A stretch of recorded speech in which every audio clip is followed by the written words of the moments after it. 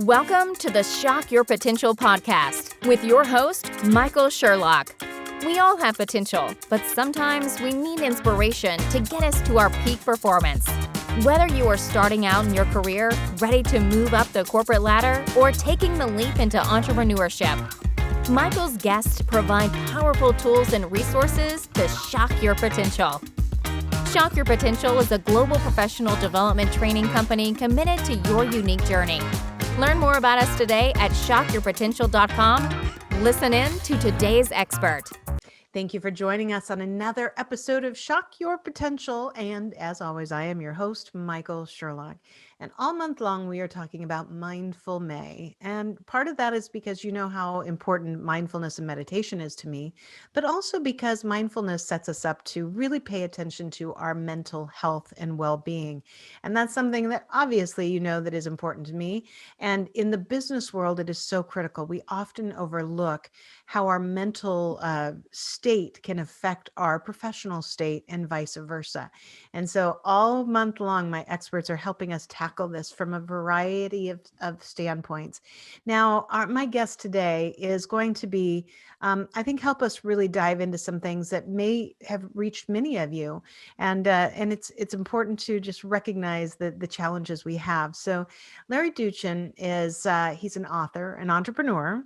He says he's also a devoted husband and father, and I am not surprised at all.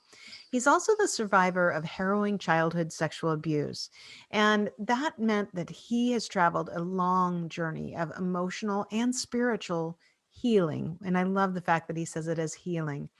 And through that, he developed an in-depth understanding about how our beliefs create our reality. You know, I talk about that a lot, mind over matter.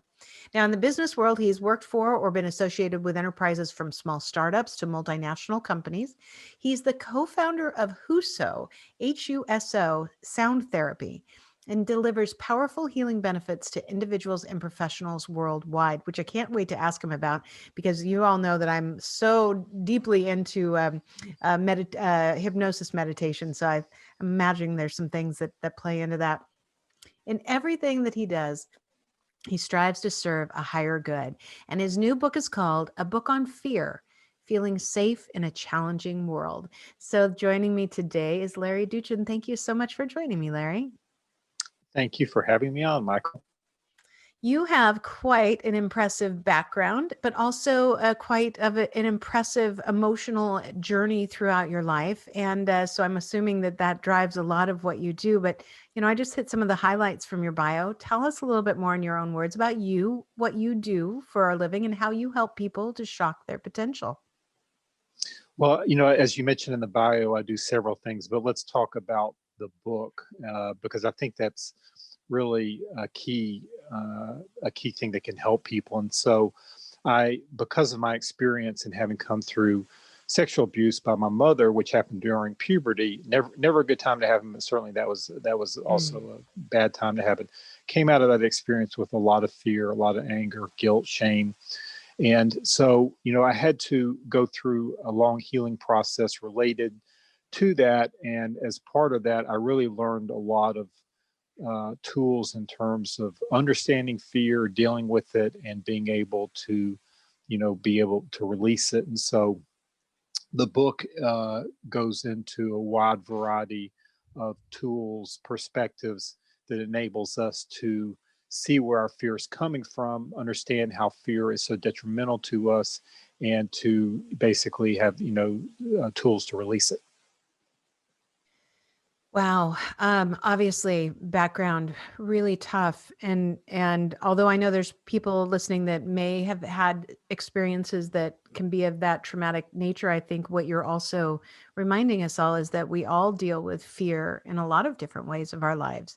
And when we don't deal with it, we can't release it because it becomes something that sticks with us. So when you are, you know, you're the kind of the emphasis behind your book, I'm assuming, is about helping people recognizing that in themselves and sometimes maybe not realizing how much they're holding on to it and how that's holding them back.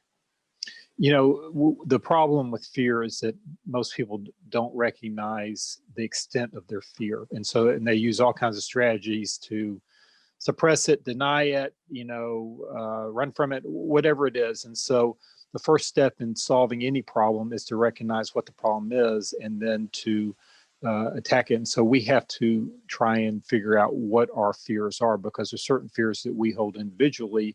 Each of us hold different fears. And then there's collective fears we all hold. For instance, like most people hold a fear of death and what's going to happen at death.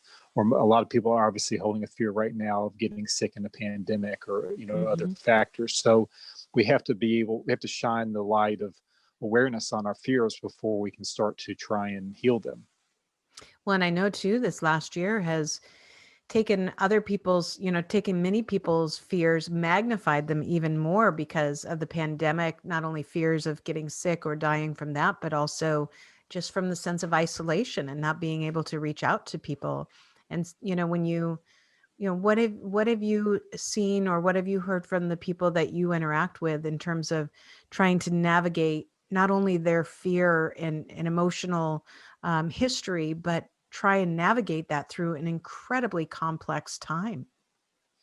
I always talk about holding a bunch of perspectives and realities at the same time. So I think it's important for for us to have compassion and to meet people where they're at. And sometimes that's in, an immense fear state, but also to help them see who they are in a much higher level, basically, that we're divine beings and that, there's a much larger perspective going on, that we are evolving and we're being pushed to grow. And this is, part of the growth.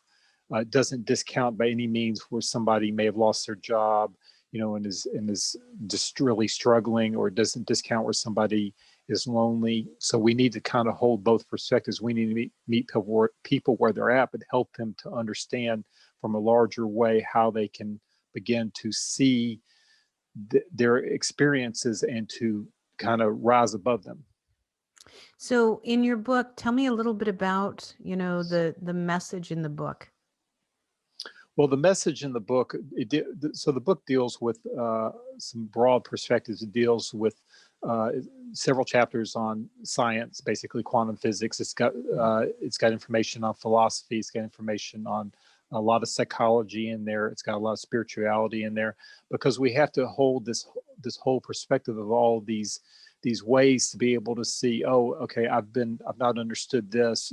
I've only understood this, but I've not understood this. So I'm trying to bring in a lot of different perspectives for people to see how let's talk about psychology, how their fears were formed, where their fears are coming from. Like, what is the conditioning that created those specific beliefs to them? So that could be childhood conditioning, it could be societal conditioning, it could be workplace conditioning. Obviously, for a lot of people, most of us hold childhood conditioning, and that creates a lot of false beliefs in us, and then that leads to fear. But if we start to, the first step that I recommend is that we become, people like some pretty wise people like Socrates and Jesus and other people said, know thyself. So when they said know thyself, they're saying, know why you do the things you do, what the fears you have, what are your, and so what I recommend is look and see what your emotional reactions and triggers are in certain experiences. And so those will be a pointer to your false beliefs. Carl Jung, who's the father of analytical psychology, said that projection is a very common phenomenon. So we are usually not angry for the reasons we think. Usually behind anger is fear, guilt, sadness. And so we're often projecting like when we blame somebody else, we're projecting our guilt onto them. When we're judging somebody else, we're projecting our own self-judgment. If we can begin to pull those projections back in and recognize the beliefs that are supporting them, like I have a lot of self-judgment, then we can see the conditioning that created that self-judgment. And then we can, once you're shining the light of awareness on it, then you're well on your way to healing it. That's really, it's such great advice just to, I talk about it just in the business world when I'm working with leaders and sales professionals constantly, that ability to reflect and self-reflect, is so important to becoming a better professional, but it's absolutely important in becoming a better person in our own skins, in our own heads. Not just becoming a better person, it's less judgmental, but a person who is less judgmental of themselves, especially as you're talking about that being the real core, is often we're reflecting back onto others. Yeah, and it's nothing separate. So you're going to be, if you are less judgmental of yourself and more compassionate, you're going to be a much more effective business leader. You're going to make much more effective decisions in terms of how you deal with people. You're not going to be dealing with them from your own dysfunction, from your own anger.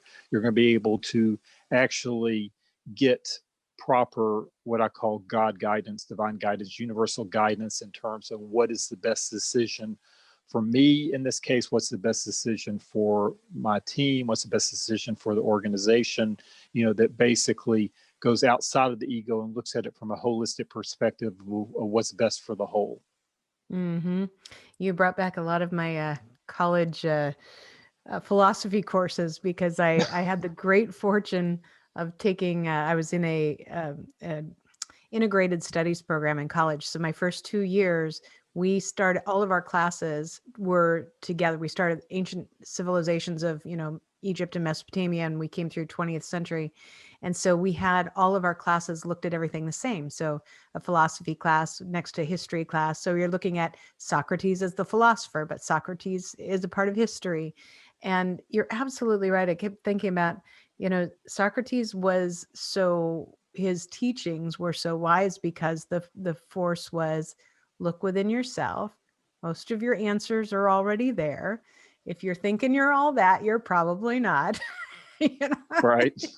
He'd be Oprah today in a different way. It's that just would be a good show. Yeah, I like that. He'd have a great show. He'd have his own network. And that's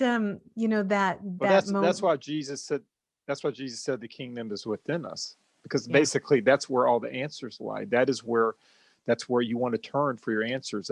That's where the diamond is within. But we have each of us has such false beliefs that cover up that recognition.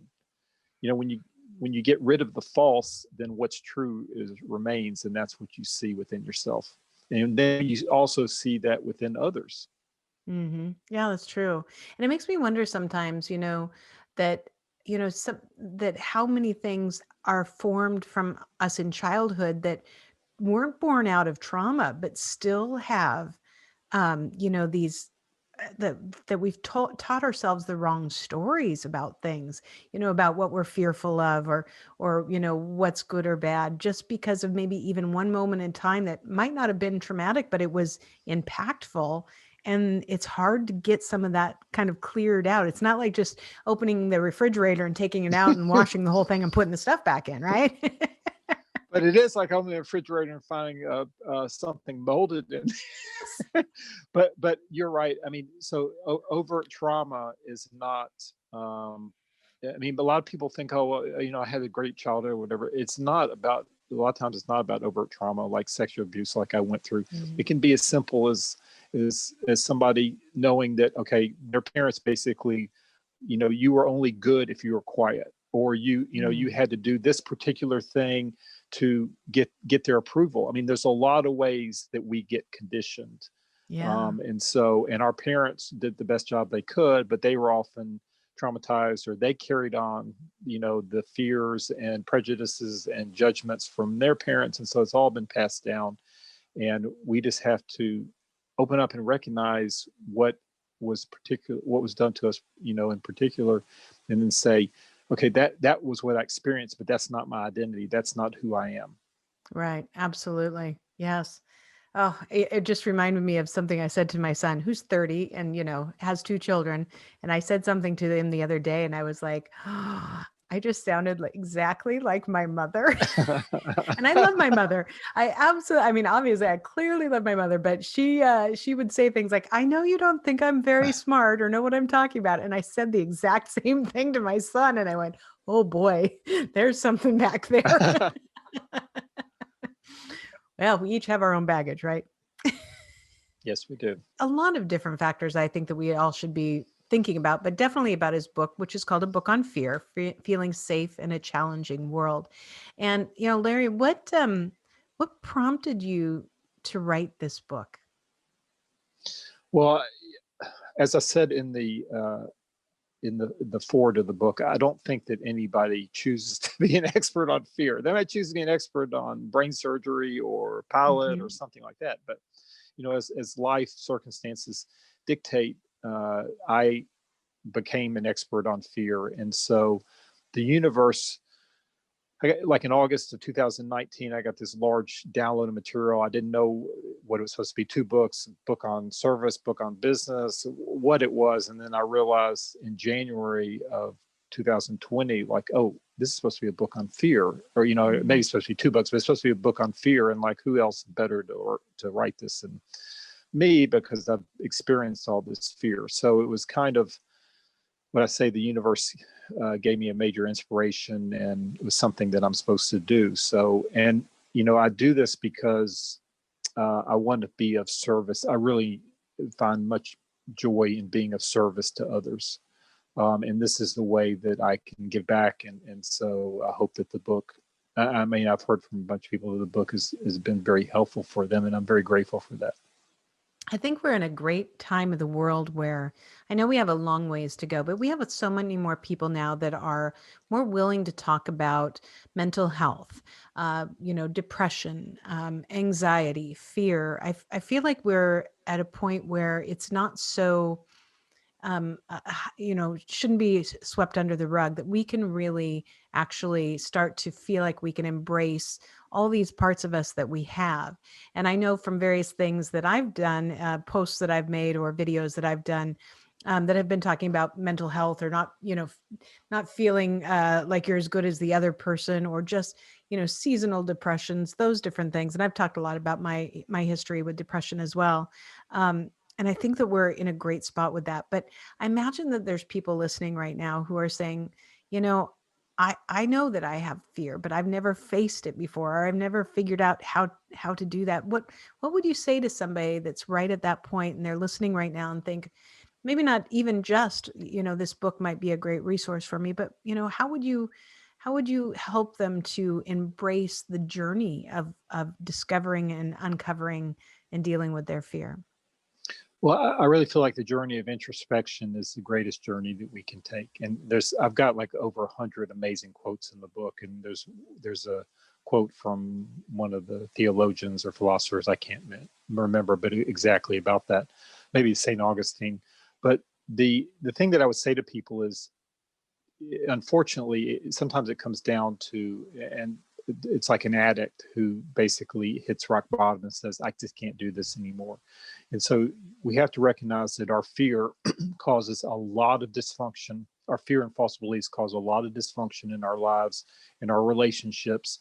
They rob us of joy. The more in fear, the less we can be in gratitude, and the less we can be in joy and love and compassion. And so they're robbing you of a whole lot. And you just have to say, I don't want this anymore. And I want to take the steps to change that. And then once you decide to change that and start to take the steps, the universe will heavily assist you in so many ways to do that. Well, and I think I know I read it some part in your bio too. It's kind of, wherever you look, that's what you see. So when we're in the moments where we're stuck in fear, or we're stuck in those moments where we don't feel good or it doesn't feel right, then that's what we see. And sometimes you have to change your perspective in order to start to see the other things that will, that they all of a sudden look like they're there out of the blue, but they were probably all the way around you. You just weren't capable of receiving them at that time. Yeah, for sure. Some of the later chapters, like I've got a chapter on gratitude, a chapter on compassion, and a chapter on forgiveness. And those are very important tools for helping us to come out of the fear. We have to combine that with the awareness of our false beliefs, watching our emotions or reactions. We have to combine it with practices of staying of practices that keep us mindful in the moment, because fear exists only in the past or the future. And for most people, the future, they're in a tremendous amount of fear now about what could possibly happen in the future, and they think negative consequences, and that has a downward cycle loop that just keeps you into more fear. So we definitely want to do practices. For instance, for me, like being in nature is very grounding and puts me very much in the moment. But certainly practices like yoga or meditation or painting or dance or whatever it is. So we're looking to do practices that put us in the moment and in our bodies, because all of these negative beliefs are stored cellularly, and they're just energy that's in our body, and we have to do these practices to help release those beliefs. Very good. Well, I know we're getting near out of time, but I would like to have you just touch a little bit on the sound therapy that you do. Can you talk a little bit about that? Sure. Huso Sound Therapy is I'm a co-founder of the company. My co-founder is creator of the technology, and it's a patented technology. It's very unique compared to anything out there, both in terms of makeup and results. It consists of solely human sound that was toned by long-term indigenous, sound healers in indigenous traditions. So I think like Native American, Tibetan, Hawaiian. This was done in a studio, broken into its individual frequencies, and then enhanced with harmonics of each of those bass frequencies, still all human sound, to create an oscillating waveform that basically restores our natural cell singing at an electromagnetic level, because we are electromagnetic beings. And so we have a lot of environmental pollution, like in cell phone, wireless technology that's distorted all that. So we deliver that through headphones and also through pads. It's a very non-invasive but powerful solution that is helping people tremendously with sleep, stress, nervous system conditions like that. Well, yeah, and we also know that, fear and the buildup of fear and all those other emotions do impact sleep. And then when you don't sleep well, your body can't keep repairing itself. So it's not as prepared to fight off the, not only the negative thoughts and the other fear behaviors, but also your immune system. So things really can have a cascading effect. Exactly. And so we want people to come out of that kind of that rut that they're in terms of negative thinking, because it's affecting everything, as you said, from their mental health, emotional health, physical health, spiritual health, and try and come up and just come into a different perspective of everything. And I know that, this can be done. This is not like, this is actually how we're set up. This is in our DNA that we're able to do this, and we just need to take the steps to proceed towards that goal. I love it. Larry, thank you. I know we're going to have all your contact information on our show notes, but in case somebody wants to look you up right now because they're fascinated by your book and or your sound technology or your therapy, what is the best way for them to reach you? So my website is lawrencedoochin.com, but you can go to abookonfear.com and it will forward over. And then you can, the book is available through all the online retailers, both as an ebook and as a paperback. And so you can click off of my website to the Amazon link to buy it. And I'm love to hear from people. So if they want to contact me through the website, that's great. Excellent. And before we go, do you have any last words of wisdom or pearls of advice for my listeners and viewers? The only thing I would say is, life is pretty hard sometimes. Life is amazing and it's holy, and it's also pretty hard sometimes, and we all know that. And so the biggest thing that for people is to have self-compassion on themselves as they go through their life and as they go through their process of healing. Self-compassion is probably just one of the most important things you can do for yourself. I agree. Larry, thank you so much for sharing not only your message, but your beliefs and your history with us. It's been very, very, just very intriguing, but also absolutely gives me hope that we continue to have options for all of us today. So it's been a pleasure having you on today. Thank you so much for having me, Michael. Thank you for joining us on another episode of the Shock Your Potential podcast. Learn more about us today at shockyourpotential.com, including details on Michael's 2 best-selling books. Tell me more, how to ask the right questions and get the most out of your employees, and sales mixology, why the most potent sales and customer experiences follow a recipe for success. And as always, don't forget to subscribe, rate, and like us today.